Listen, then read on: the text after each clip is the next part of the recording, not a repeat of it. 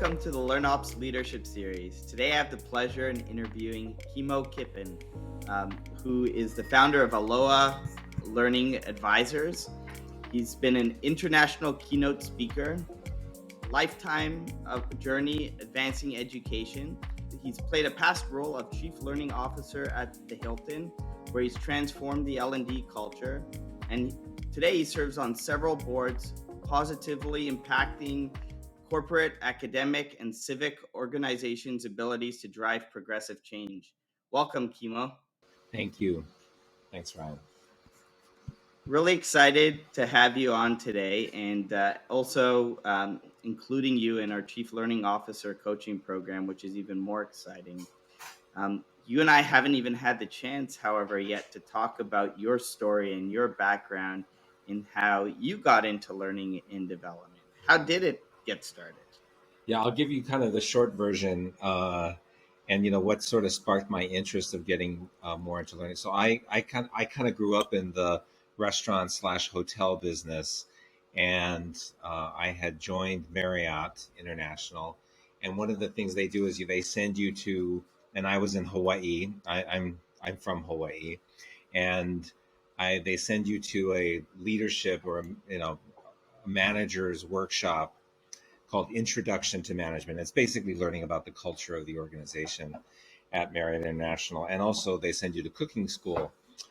So I was in Los Angeles, and it was a big deal, to go from Hawaii to Los Angeles and go for this training session. And I was very, young in my career. I was, like 23, 24 years old. And, I saw the instructor doing this, teaching this class, Introduction to Management. I'm like, oh, that looks like a fun job. So how could I potentially do that? So I asked, and they gave me a list of everything that I needed to do, and that began my pursuit of trying to get a job, in the learning group at Marriott, which, by the way, is Marriott's corporate headquarters is in Bethesda, Maryland. So having, if you will, I was based in Hawaii, and DC is way, 5,000 miles away. How would that ever happen? So that's more of a story, but that was where that spark was ignited, and that's how that took me on a journey to really want to pursue opportunities in learning. That's amazing. And a lot of people, I talk to a lot of younger professionals, for example, and they learn about a certain role and they say, oh, I think I'll like that. So what made you fall in love with learning after you got involved, where you said, yep, Yeah, this is the pathway for me? I think it's kind of seeing playing a positive influence with an organization, and then ultimately with a single person.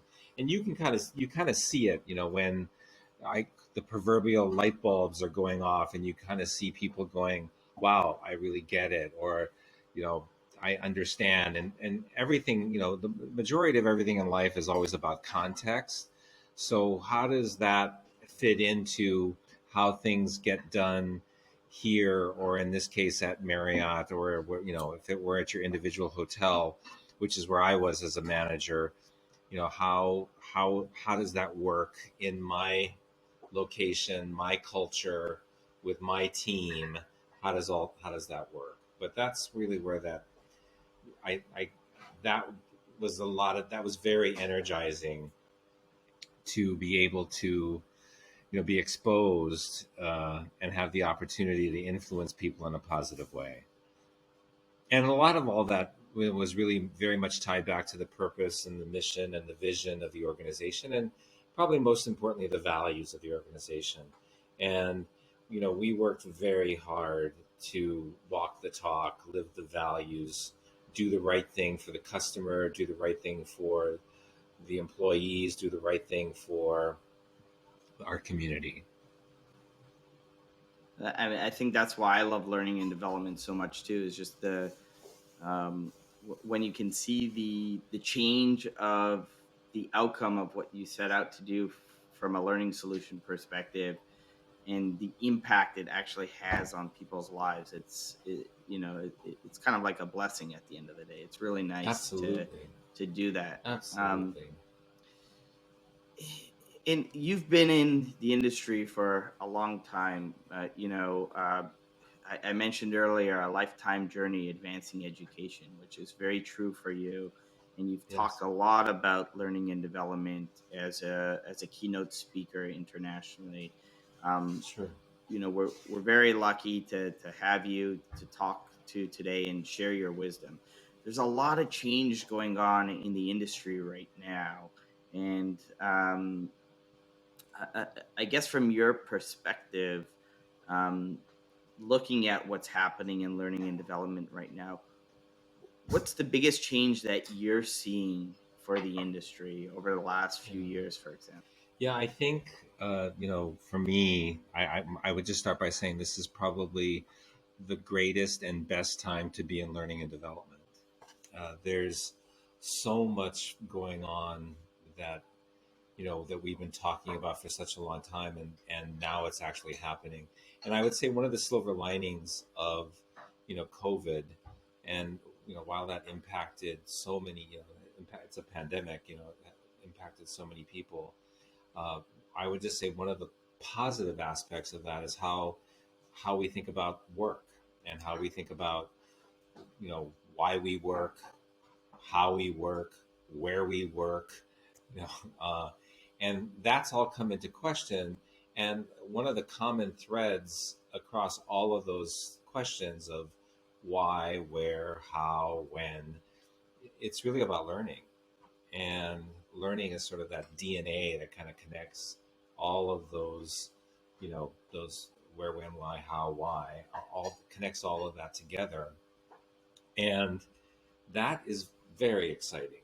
And so I think there's been this, so you can imagine, with the pandemic starting, that all of a sudden everything had to shift to being virtual. And so many organizations had to make that leap. And in the past, I would say there may have been resistance to platforms. And the best example I could give you would be sort of Microsoft Office Teams. And it's not so much about the platform, but what it is about is there was a lot of resistance to being able to use tools such as that. And then here comes the pandemic, and people made that flip and that shift, very quickly, and wanted more, and and we're asking for more. And of course, tools like Zoom, and we have all these tools in addition. But there was this real desire to how we're going to do things virtually and do them well. And I think that's been one of the converging you know elements of what's been going on in the economy. Obviously, that's really impacted the economy, to how we think about every aspect of business being done in a different way. And again, learning being at the center of that is the common element that we have to keep forever in our minds as to how we get things done.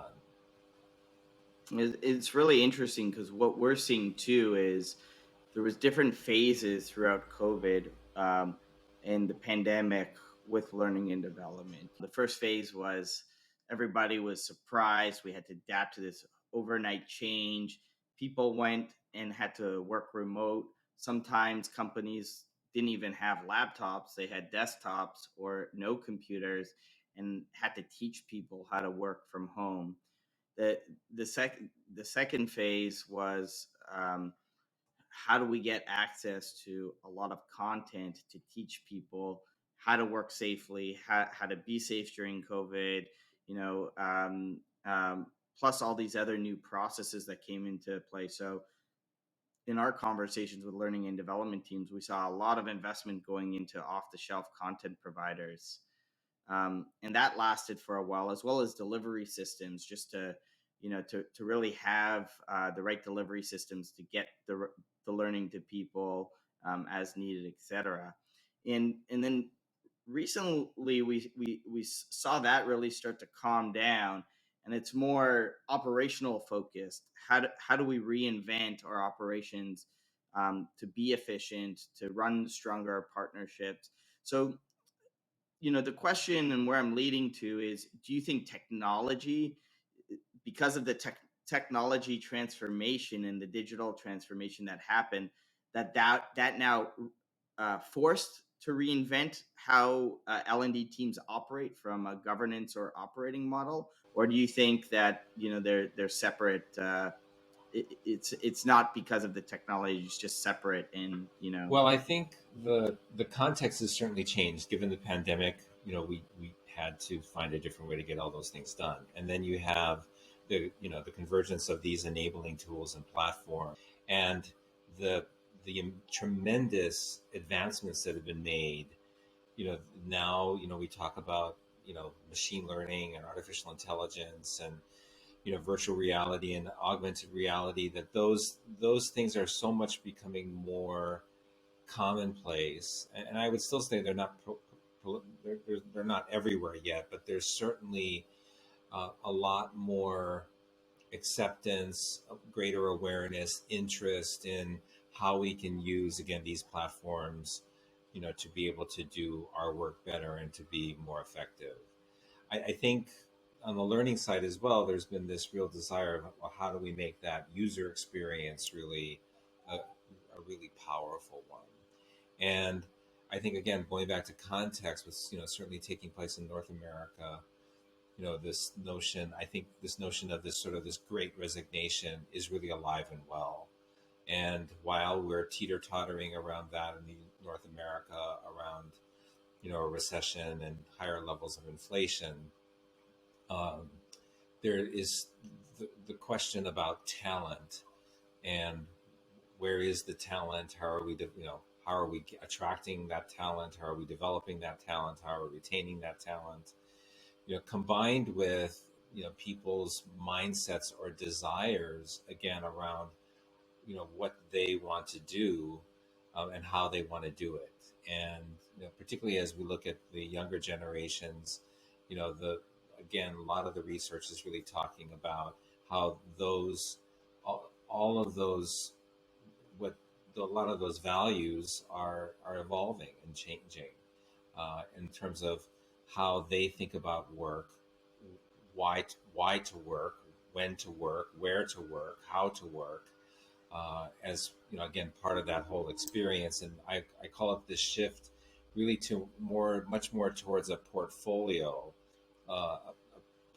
style of self management, self leadership, where I think of myself as an independent, if you will, independent talent, that has the ability to move in and out of organizations if I so wanted to, that I'm really a free agent. And so that sense of free agent, is, I think, becoming much more commonplace now. Yeah, it's actually quite fascinating to watch, and also the transfer of skills is really interesting to see in the industry as well. Um, so given that you have uh, uh, a new era of workforce coming into these industries, who have more of this free agent mindset, and that must make it a little challenging, for learning and development teams, because uh, learning and development teams often works, you know, bottoms up and tops down. Tops down from, how do we align learning interventions and solutions to strategic corporate initiatives? But sometimes with the free agents coming in who want more of the learning, you know, on their pace, and they want to learn what they want to learn, how do you align the two? Because it must be challenging to try and motivate a free agent Yeah. into I, business strategy, right? Yeah, I think the key thing for any organization now, and again, this is all validated with a great deal of research on this subject, is really around flexibility. And that being the most important thing as an organization that you need to be aware of, that, and as a leader, you need to be completely flexible. And then I would say the second thing that you need, particularly as a leader in an organization, is empathy. Being empathic, being a really good listener, and a shift to really being a much more of a coach. And we know again through research that this generation that's coming up, they are starving for these experiences, greater exposure, and great coaching. That's what they're looking for, is great coaching. More specifically on the learning side, I think, you know, you mentioned from an operations perspective, how can we build in more of our learning solutions right into the flow of work? And that you know that really goes back, if you kind of go back earlier than that, that really then speaks to this whole concept of intelligent design. And how do we design, first of all, solutions that work in this case for the customer, but then in terms of how that would work for the employee, that's all embedded right into the flow of work. An example that I could give you there, if you think about it from a customer perspective, when you get a Google device now, the only thing that you really need to know is that you're going to just push one button, right? And then the rest kind of just takes care of itself. And obviously, digital kids that are digital natives, this all just comes so naturally to them. But there's really no manuals. I mean, obviously they have them, but there are no manuals for all of these things. It's just embedded in the way that they've designed an intelligent tool. And if you kind of go back into early days of the iPhone, for example, that was one of the most sticky wickets that they had from a design perspective, was that the rule was it had to have just one button, that single point that you would touch, and that's it, to keep it very, very simple and elegant. So I think intelligent design is critical to how we meet customer needs, or we think about that from a product development perspective. And then from an employee perspective, or people that are working with either those products or those solutions or those services, is how do we embed that into the flow of work, so that through, like, for example, employee performance support tools, that it's guiding me, helping me, supporting me to be able to provide that product and or service to meet and exceed customer expectations. That makes sense, and to get to those aha moments that drive the impact as well. At the end of the day, if you have intelligent design as well. So, we talked a little bit about the free agent, styled workforce. Um, how does that match up with L&Ds from a corporate strategy? We talked about in the flow of work. A lot of this becomes a lot more complex with the moving parts. In your opinion, what have you seen work the best from an L&D operating model for the L&D function to partner in the business to support these concepts? Just from a pure governance perspective, where they report into, or, from a decentralized versus federated model, or, even how to support these experiences. Like, how do they how do they stay close enough to the business to know about all of this? Absolutely. This is a big topic. So the short answer is, I think is that it depends. Again, about the context is, and the nature of the business, the nature of, how, whether it be a product or service and or both, and then the geographies that we're talking about, uh, obviously are influencing the way that one wants to structure this. But I think probably the most strategic perspective is, how do I make learning at the center of that's sort of the oxygen for our organization. And ultimately, like pretty much anything else, it all starts with leadership. And do the leaders have a mindset around learning and the ability of an organization to be able to learn quickly? And that leads us to the conversation around agility. But another example that I would give you would be, looking at Microsoft, that when Nardella came in, for example, I think one of the things that he realized shortly after coming into the organization, that there were a lot of many bright people in the organization that knew a lot of stuff, and people were rewarded, recognized. That was sort of the golden ticket, was that you knew everything. Uh, and one of the things that he really wanted, and to the point where if you didn't know, you were chastised if you didn't know.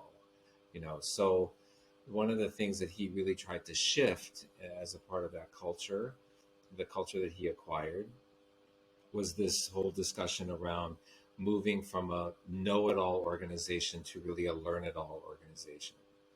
And that was, that took a lot of, if you will, unlearning. And that is a real word, unlearning, the ability to unlearn these things, and a shift in the culture to say it's really about, you know us being able to learn things and to stay fresh, new, and that ultimately leads to, one of the key components I think about that is around having curiosity, and then that curiosity then leads to greater levels of innovation, and that leads to, better solutions, better products, better services, better loyalty from our customers, better brands. This all plays into it. And then I think you have to think, going back to your question, I think you have to think about how then do we organize to be able to meet those needs. But it really starts, I think, with a mindset. And one of the things that, for example, at Microsoft, this whole notion around mindset was, really based on Carol DeWick's work around, having a growth mindset, and really shifting from having a fixed mindset to being much more of a growth mindset.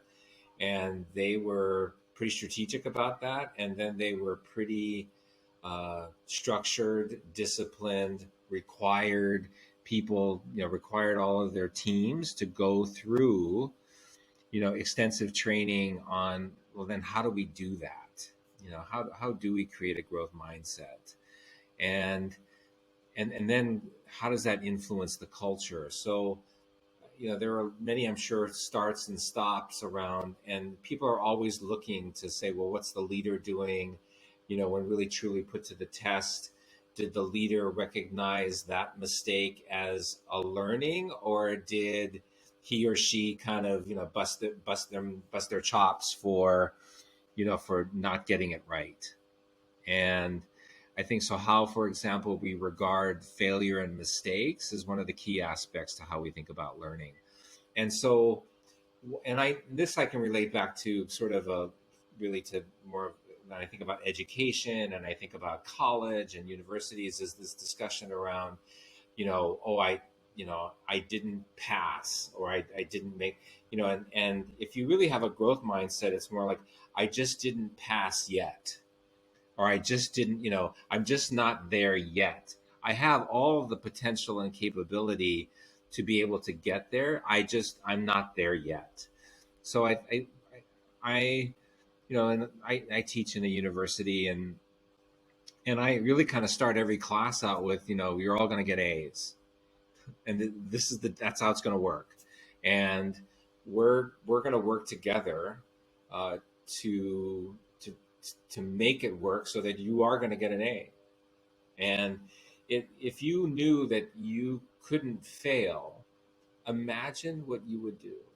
Imagine, imagine what you would be able to accomplish if you knew that you could never fail. Now, I'm not saying that it's just a free ticket or it's an easy ride.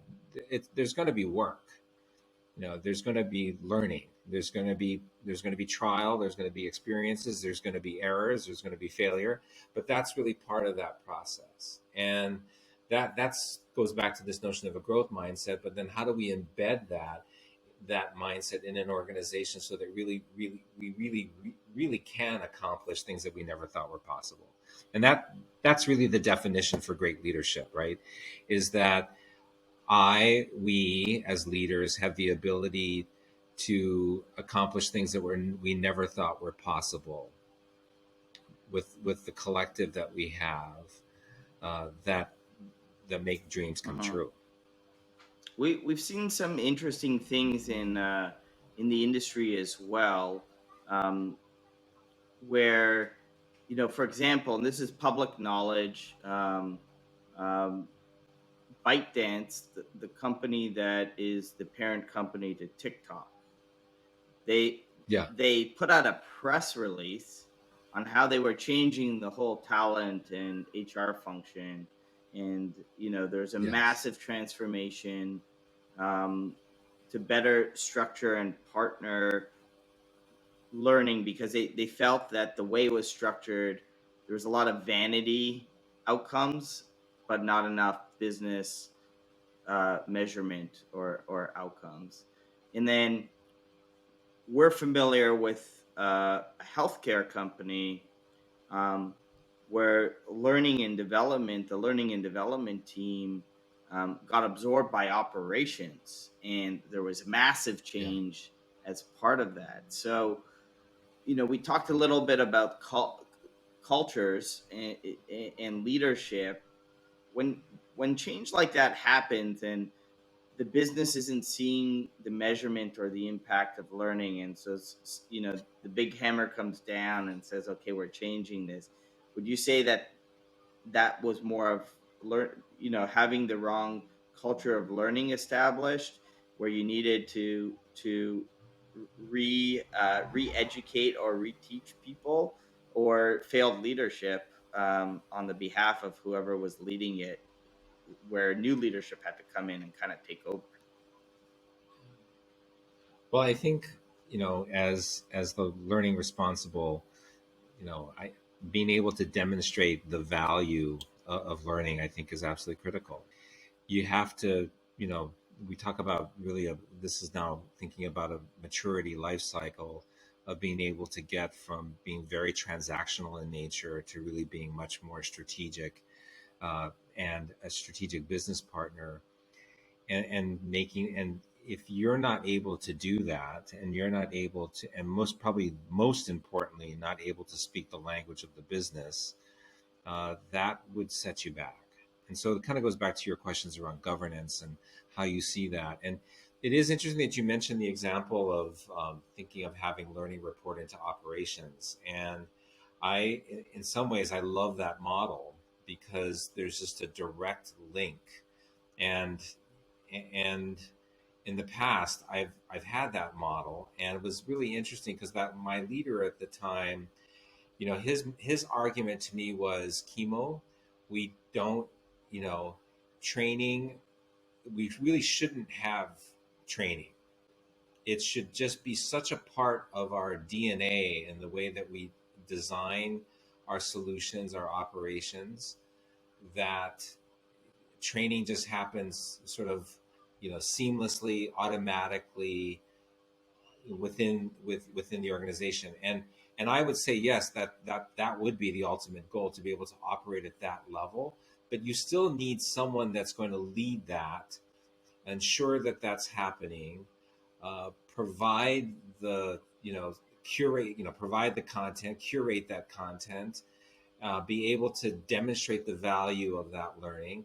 If we're talking about compliance, being able to, demonstrate that compliance. But again, it's what I like about the whole connection to operations is it's it's much more closer embedded into the business. And when you use the TikTok example, this even happened to me last night. I right now I'm on the Baltic Sea in the very, very north of Poland, and as we film this, and what's kind of cool, we went to get an ice cream last night, and the person that was serving us, there's not a lot of English spoken here, but he immediately spoke started speaking English to us because he heard us speaking English. And so my wife asked, well, how did you, where did you learn English? And he said, well, a little bit in school, but where I mostly learned it was online, gaming, and TikTok, and on and YouTube. And and so you look at YouTube as a platform.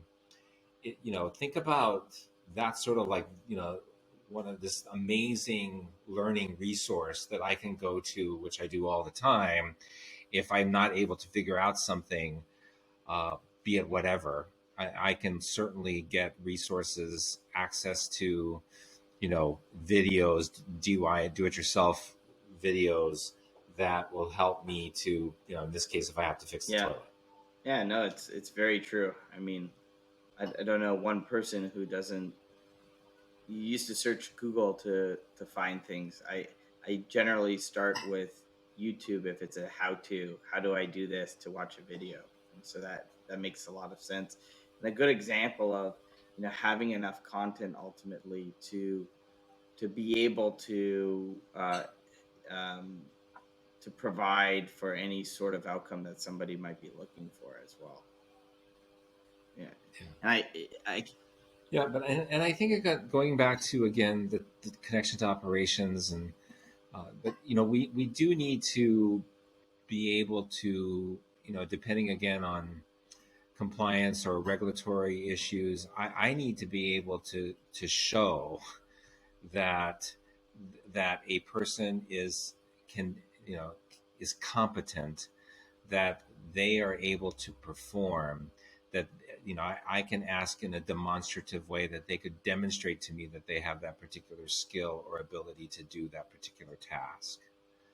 And that's really important, particularly when lives are at stake, or you know for example, any sort of level of certification to do something technical, or if you think about it in the medical services field, for example, or devices, your ability to do those tasks and to do them well is critical. yeah, operating machinery. I mean, the list goes on. Yeah, Um, yeah, Definitely. And you talked about partnerships with the business earlier on as well. You know, where do you see the role of business partners and collaboration with the organization when it comes to learning and development? Are there some practical ways that L&D can better yeah. leverage business partners? Yes, absolutely. And I think, again, it kind of goes back to your question around governance, how things are set up. But one of the things that that proved very, very helpful for me is, and probably I would consider to be like the most important thing as a learning leader that one should strive for and one needs, is executive sponsorship. Is that connection to so one of the things that we did in setting up, a university structure, is we had executive sponsors connected to each one of the functional to the functional areas. And they're, so for example, if it was, sales and revenue, our executive sponsor was the person that, was the person that was responsible for all of sales for the organization. And in this case, we would meet with him quarterly. We were always talking about what their needs as a sales organization were, and then our feedback and updates for him to how we're being able to support in that effort, and then at the same time the results that we're getting, and then what's coming, what's on the horizon for the next quarter that we need to be aware of, that we need to get ready for. And then you can imagine, with going back to context again, that immediately overnight with the pandemic, how organizations needed to shift and prepare very, very quickly, in partnership in this case with HR, how they had to set afoot the ability to work remote, and how we're going to do this legally, how we're going to do this safely, how we're going to meet the needs of the business. There was this tremendous shift to how we're going to do that. That makes sense. A lot of L&D teams really struggle on how to tell that story that you just described. And, in even looking at your LinkedIn profile, um, you've had success in measuring um, what you've been able to accomplish for the business, and what those results look like. Yeah. What would you Yeah. recommend for people trying to do this? Like, what type of business metrics should L&D investigate to to make sure that they can maintain those strong stakeholder relationships? And what are some ways of even capturing that information? Yeah. I mean, besides sort of the theory and using different Kirkpatrick or using Phillips or whatever model you want to use, I think to kind of keep this really simple again and linking this back to what is the language, what is the language of the business, and associate this very simply again with human nature. People are either moving away from pain or they're moving towards joy. So keeping this at a very simple level. So as a learning leader, I want to help them solve a business challenge, that kind of moving away from pain, or I want them to be more successful, which would be moving them towards joy. That's kind of very at a high level, but it illustrates, I think, importantly, how at the end of the day, that's really what you're trying to do. Then the ability, I think, to when we talk about measurement and sort of the elements of measurement, I think it's really into three major chunks. One, am I the ability to do something more efficiently? That would be, one of an element.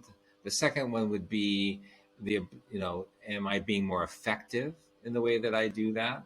And then the third, and this is where I think you start to see the payoff, is are you seeing a return on investment? Are you being able to articulate that, not what not only did it save time or did it help us to make more money or revenue, but but this is what that return on investment actually looks like. And it would probably involve having a control group where you would have one set that did not experience that sort of intervention or that treatment, and then the other did receive that sort of intervention or that treatment, and we can compare and contrast those that got the intervention and those that didn't, to see the advantages. The example that I could give you was, in working with the sales and leadership team, we were, asked to help think about revenue management and doing a better job in helping leaders become better revenue managers. And we were able, as a result of this, be able to demonstrate a 10x return on the investment of that course, led to a 10x return, and the business liked that. So when I took that data back to the leader and said, your investment, of $2,000 to have them spend the time and the money to get this training, yielded an additional, in this case, up to $100,000 in additional sales. He liked that very Yeah, much. I mean, I think it comes down to data is one thing, but also being able to tell data stories.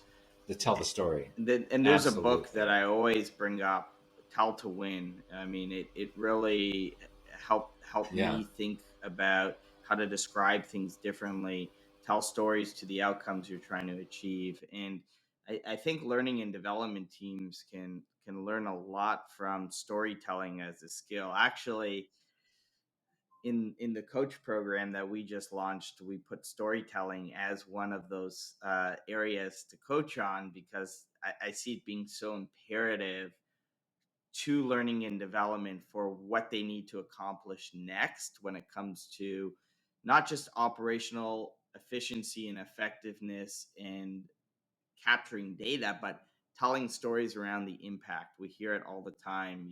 We want to demonstrate impact, we want to Absolutely. demonstrate value. And to do that, you need to be able to tell the story.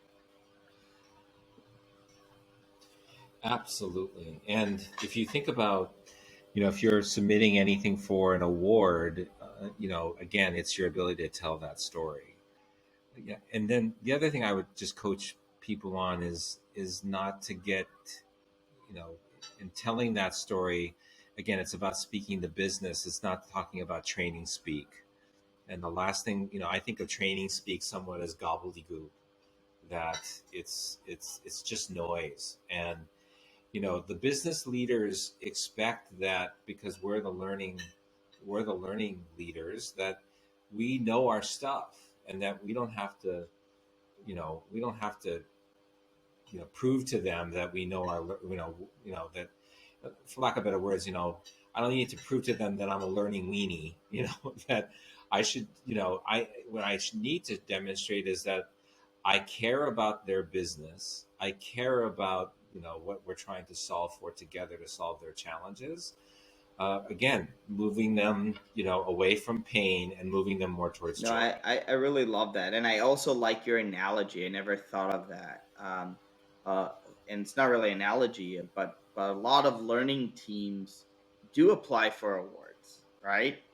So when they do that, Yeah, they are actually thinking strategically through how to tell the story and the impact, um, to be recognized. So, how do you take that yeah, concept and apply it to your business, your day to day business? And I think if you do that, you can be yeah, very successful. yeah. When it comes to measurement, I think the other thing for me, because we've had, when I started with the team, there was very little in place. But it's, again, thinking about this strategically, and it was very, very helpful that from a measurement perspective, we used a maturity model. Like, where were we? And again, we were very transactional, and thinking about how we then continually, and that journey was 2 plus to 3 years that we were going to be on that journey to get us to that level. But we were intentional about it. We were strategic about it. We had to do a lot of internal training about what that really, so that when we talk about moving to being more effective or more efficient, we really did need to know our learning stuff, so that we then could translate that to what that meant to the business, in terms of, when I think about a production line, for example, the ability to save time on a line is it has a huge impact to the Yeah, business. no, I agree. Um, and I could talk a lot more about this, but I know we only had a certain amount of time today. So I do really want to thank you very much, Kimo, for participating in the series, Sure. and sharing My pleasure. stories and some great advice as well. And wishing you and your family the best.